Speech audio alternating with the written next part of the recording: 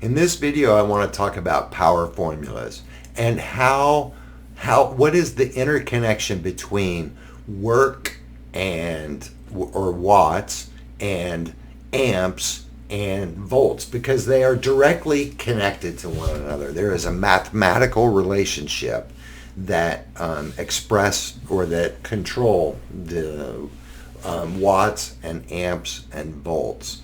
And we spoke about watts is equal to work, which is how much work we're going to do. And amps is how many electrons there are, how much water there is, right? And volts is equal to pressure or excitement, how excited the electrons are. Are they crazy excited, or are they only just a little bit excited, right? Right? So the excitement, right, of how excited. Look, this guy is really excited. It's just one person, but he's super excited, and he's able to carry this refrigerator, right? If we look down here at these older individuals, right, they're not that excited. They can't produce that much energy, but there are a lot of them.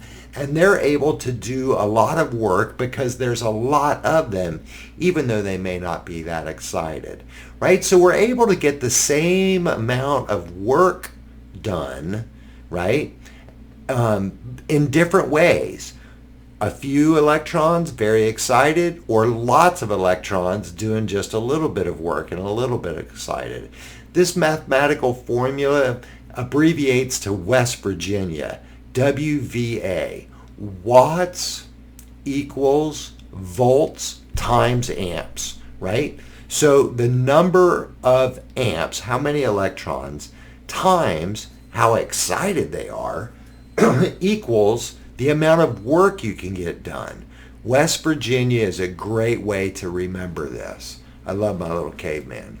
Right, so let's look at this power formula in action. Watts equals volts times amps. Watts equals volts times amps. So let's find out how many watts. If I have 12 volts times 2 amps, that means that I'm doing 24 watts worth of work. And that might be like a car light bulb, your turn signal, or your brake light, or your dome light inside, right? How about find this? So 6 volts times 3 amps is going to be 18 watts. Let's move into household wattage, household power. U.S. house power is 120 volts. So if I have 120 volts times 5 amps is going to be 600 watts. 600 watts in your house or in a stage light, right? How about if we find amps? Right? If we're trying to use this formula to figure out amps, right? So if we have 60 watt light bulb in a 120 volt system, I wonder how many amps it's going to be.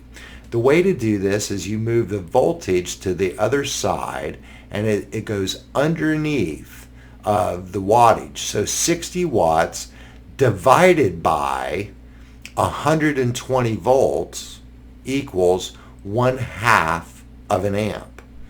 How many amps in this system? If we have 20 watts in a 12 volt system, then we move the 12 to the other side, and it's going to be 20 divided by 12 is 1.67 amps.